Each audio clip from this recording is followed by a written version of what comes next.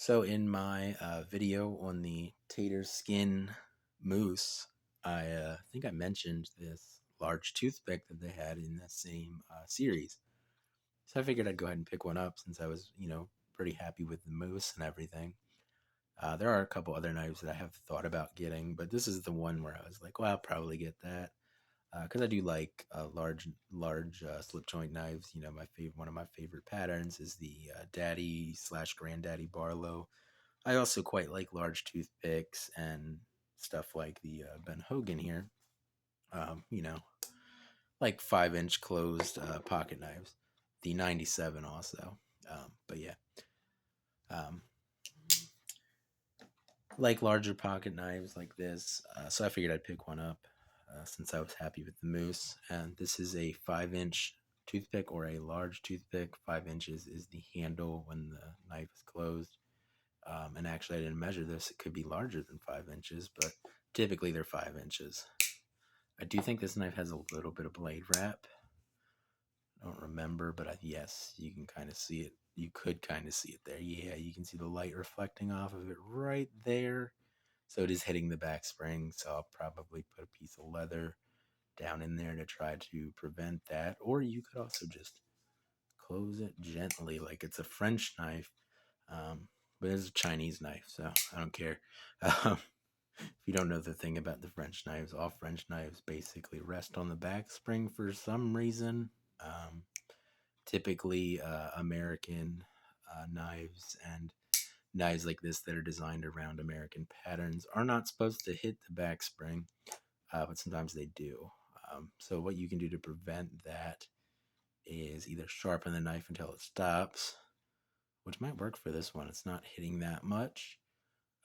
Or what I always do is I get a piece of leather and put it in there, or you could use a piece of like rubber, because leather does hold moisture and it could cause corrosion issues. Um, but I have, leather shoestrings and stuff around, so that's just what I use. But a little piece of leather, a little piece of rubber can help prevent that. But anyway, this is the same tater skin thing. So, you get this micarta that doesn't really feel like micarta, but looks pretty nice. The double R shield there, and then you got Rough Rider stamped on the bolster still for some reason. Who knows why? Satin blades, which is like the thing that I'm the most excited about this line, and me hoping that Rough Rider continues to do more satin blades. I believe this is just 440, so it's probably just 440A since it doesn't say. Some of their newer knives are in 440B, which is an upgrade, which is nice. But this knife does seem to be put together fairly decently. I don't think it has play. No, I can't feel any. I feel the blade bending, but that's not play. That's the blade bending. The action is good. Like I said, it does hit the back spring, but the action is really nice, actually. Snaps open good. Closes good. You can hear it hitting the back spring. Centering is not amazing. Let's see if I can show this a little bit. It's not amazing. It's a little bit off to this side, but it is not resting against the liner. Unlike a lot of the Daddy Barlows I've gotten from Rough Rider that rest right up against that liner. This isn't. Maybe I'll try to get another Daddy Barlow from Rough Rider someday. But all the ones that I have gotten have been bad. So I've stopped buying those. But I figured I'd try a large toothpick, and this one seems pretty good. So I'm happy about that. Um, like I said, the only thing is I'll have to do something about it hitting the back spring. This knife does have a half stop, which is a little unusual for a toothpick. But welcome, I suppose. Back spring and liners are fit pretty well. I don't see any huge gaps or anything. The covers look good and everything. Everything about this knife looks pretty good, except for the fact that it has blade wrap. But that's not the end of the world. That's pretty easy to prevent through either preventative measures like a little piece of leather or whatever, or just closing your knife like a fine, fancy gentleman. But I always forget to do that, which is why I don't carry my French knives that often, because you do this with a French knife, you really mess it up because, like I said, the blade literally rests on the back spring. So like my barrel knife that I have and my Prado, they don't get carried a whole lot because when I'm using a knife, typically I'm just pulling it out, cutting something, and then doing that and putting it away.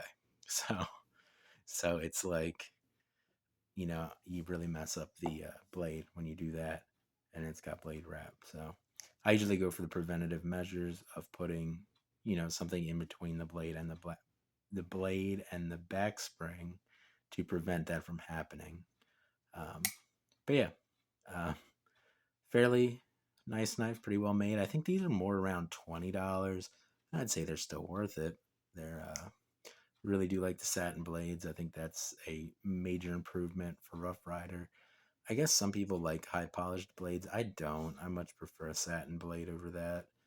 Um, but yeah, I keep hoping that Rough Rider is going to offer more carbon steel knives. Like I keep hoping that I'm going to get like a large toothpick, a Daddy Barlow, some other, cool patterns in the carbon steel line. So I keep hoping that'll happen, but this is a nice bridge in between. Maybe, I don't know. It's a nice meeting point in between. Like I'm not getting fully what I want, but this makes me happy because it's well made and it's got satin blade, and I do like it. So this is a fairly decent meeting point for me. Although I would still like to see more knives in the carbon steel line for Rough Rider. But I may not ever get that. I am happy that they finally did do one with bone. Um, but, I keep hoping for some of these other knives that I really like the large toothpick and the Daddy Barlow.